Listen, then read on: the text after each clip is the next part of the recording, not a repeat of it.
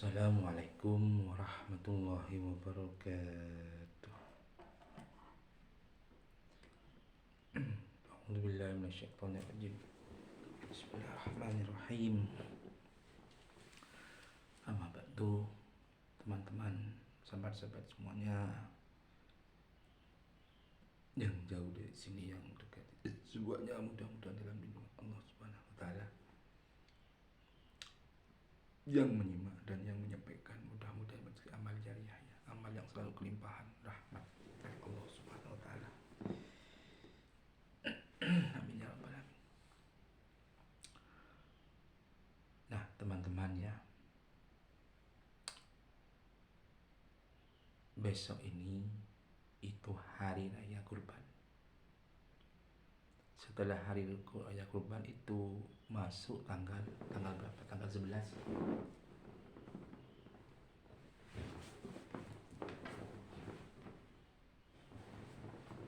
Ya, betul. Jadi besok itu tanggal apa? Besok hari raya kurban, dan setelah hari raya itu masuk tanggal 11. Ya, 11, 12, 13. Itu salah satu hari yang diharapkan untuk berpuasa. Jadi besok bagi yang biasa melaksanakan sunnah, puasa sunnah Senin atau Kamis, atau melaksanakan puasa-puasa yang lain, mengamalkan amalan sesuatu yang lain, tapi karena besok ini Idul Adha atau Idul Adha, itu diharapkan untuk berpuasa. Seluruh orang yang tirakat, seluruh orang yang melaksanakan amalan-amalan itu untuk besok itu tidak boleh melaksanakan puasa dengan alasan apapun. Besok ini murni itu sholat id, itu tidak boleh berpuasa. Setelah itu hari tasyrik, ya, hari tasyrik. Ya. Jadi kenapa kok dilarang? Ya karena hari tasyrik. Hari tasyrik itu terjadinya bulan 11, ya, bulan 2. Maksudnya bukan bulan, ya. Tanggal 11, tanggal 12, tanggal 13 itu hari tasyrik. Hari tasyrik itu tidak boleh melakukan ibadah puasa. Ibadah puasa tidak boleh. Hukumnya bagaimana? Haram, ya, hukumnya haram. Haram itu bagaimana? Ya, kalau dilakukan itu ya dosa, ya. Kalau tidak dilakukan ya dapat pahala, itu ya. Jadi kalau kita lakukan dapat dosa, tidak boleh. Jadi ini berpuasa ini kan ibadah, ya, berpuasa ini ibadah kepada Allah. Tapi ketika dilakukan dengan salah, ketika dilakukan dengan tidak tepat, keliru cara memaknai puasa, maka puasanya juga akan tercatat sebagai puasa yang berdosa kepada Allah Subhanahu wa taala. Nah, makanya kita harus tahu, harus bisa memahami kenapa kok diharamkan oleh Allah, kenapa kok diharamkan syariat, pada puasa itu kan ibadah dan mendekatkan diri kepada Allah. Kenapa? Karena hari raya kurban. Hari raya kurban itu hari untuk bersenang-senang, menyembelih sapi, menyembelih kambing, bagi-bagi, makan-makan bersama, melaksanakan hari raya, hari pesta, hari senang-senang. Nah, yang diharapkan juga hari raya kurban dan juga hari tasyriknya.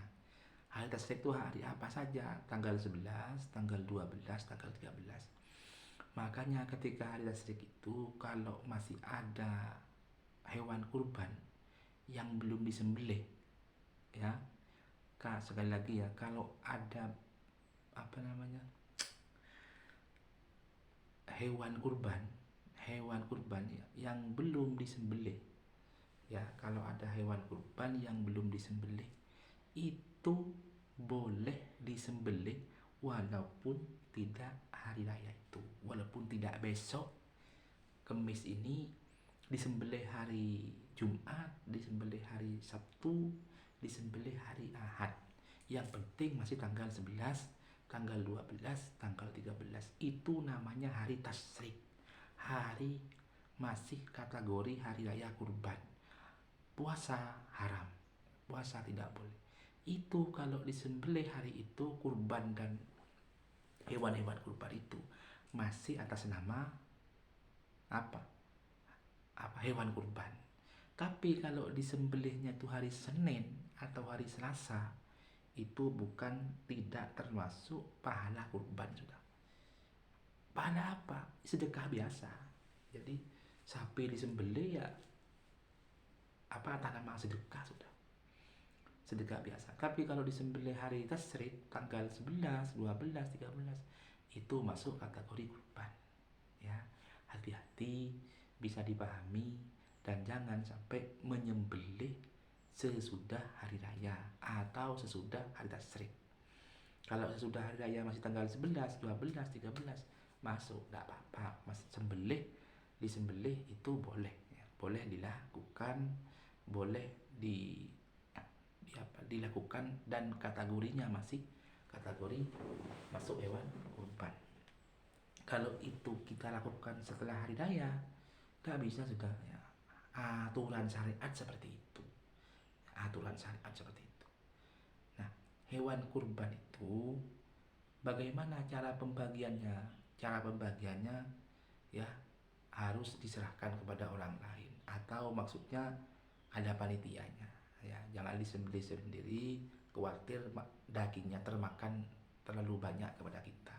Karena di aturannya itu yang berkurban itu hanya bisa makan 10%, ya. 5% pokoknya makan lah, jangan sampai ngambil yang banyak bukan, jangan begitu. Dan itu terus biasanya dengan panitia itu dibelikan ya ke orang-orang fuqara wal masakin. Itu membuat kebersamaan dan kegotong royongan masyarakat ketika ada terjadi seperti itu, membuat rasa persaudaraannya tetap terjaga, rasa kegotong royongan sama umat Islam ini terjaga, dan ini penting untuk kita terus lakukan. Makanya kata dalam keterangan di kitab itu ya, berkurbanlah kita kalau mampu ya sapi. Kalau sapi itu teman-teman ya, sapi itu bisa untuk orang 7 ya, 7. Jadi kalau kita berkurban sapi satu saja, berkurban sapi itu bisa untuk orang 7, bisa suami, istri 2 sudah, bapak, ibu 4 kan, terus anak 3 misalnya, A, B, C, berarti 7. Berarti satu kali kurban sapi itu sudah dapat 7 orang ya. Jadi kata keterangan itu kalau kita berkurban sapi, maka nanti ketika Sidratul Muntaha mau menempuh ke surga itu kan melewati neraka, itu bisa naik sapi. Ada yang bilang seperti itu. Kalau domba ya, kalau kambing itu hanya cukup 1 orang saja. Jadi satu kambing cukup orang 1 saja. Tapi kalau sapi bisa untuk orang 7 ya. Ya, jadi kalau saya akan berkurban besok, kurban tahu, kurban ikan ayam, tapi jangan maksakan dan jangan riya. Kalau yang bisa berkurban ya berkurban, jangan sampai riya, jangan sampai ada rasa ingin dipuji oleh orang. Karena kalaupun kita nanti korban kita banyak, sapi dan lain-lain, unta dan lain-lain, tapi tujuannya pamer, tujuannya riya, tujuannya mengaku dirinya itu paling kaya dibanding yang lain, maka kalau terjadi seperti itu, maka dia ya, kurang baik ya. Itu yang mampu. Yang tidak mampu ya tetap melakukan yang terbaik, tetap berbuat baik, karena pahala itu tidak hanya datang dari sebuah kurban atau hari raya, itu banyak banyak pahala-pahala yang lain yang bisa kita perjuangkan, yang bisa kita dapatkan. Yang penting hidup ini tidak pernah menyerah, ya tidak pernah lelah, dan tentunya tetap istiqomah dan sabar. Karena sabar ini merupakan kunci dari segala hal untuk menuju sukses. Itu sabar.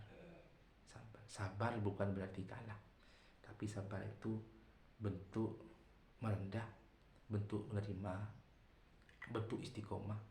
Kalau hidup ini butuh perjuangan, tidak ada ceritanya hidup ini hanya begitu-begitu saja. Jadi memang harus diperjuangkan. Kenapa kok diperjuangkan? Karena biar ada hasil, biar ada poin, biar ada hal yang bisa kita dicatat sebagai amal baik di hadapan Allah Subhanahu wa Ta'ala. Mungkin itu teman-teman yang bisa kami sampaikan, yang bisa kami bahas. Salam sehat semuanya. Mudah-mudahan semua dalam lindungan Allah Subhanahu wa Ta'ala. Segala bentuk tingkah, segala bentuk langkah, mudah-mudahan ternilai ibadah oleh Allah Subhanahu wa Ta'ala. Amin ya rabbal alamin. Mungkin itu yang bisa kami sampaikan. Kurang dan lebihnya kami mohon maaf yang tidak terkira. Kami akhiri wallahu muwaffiq ila aqwamit thoriq. Assalamualaikum warahmatullahi wabarakatuh.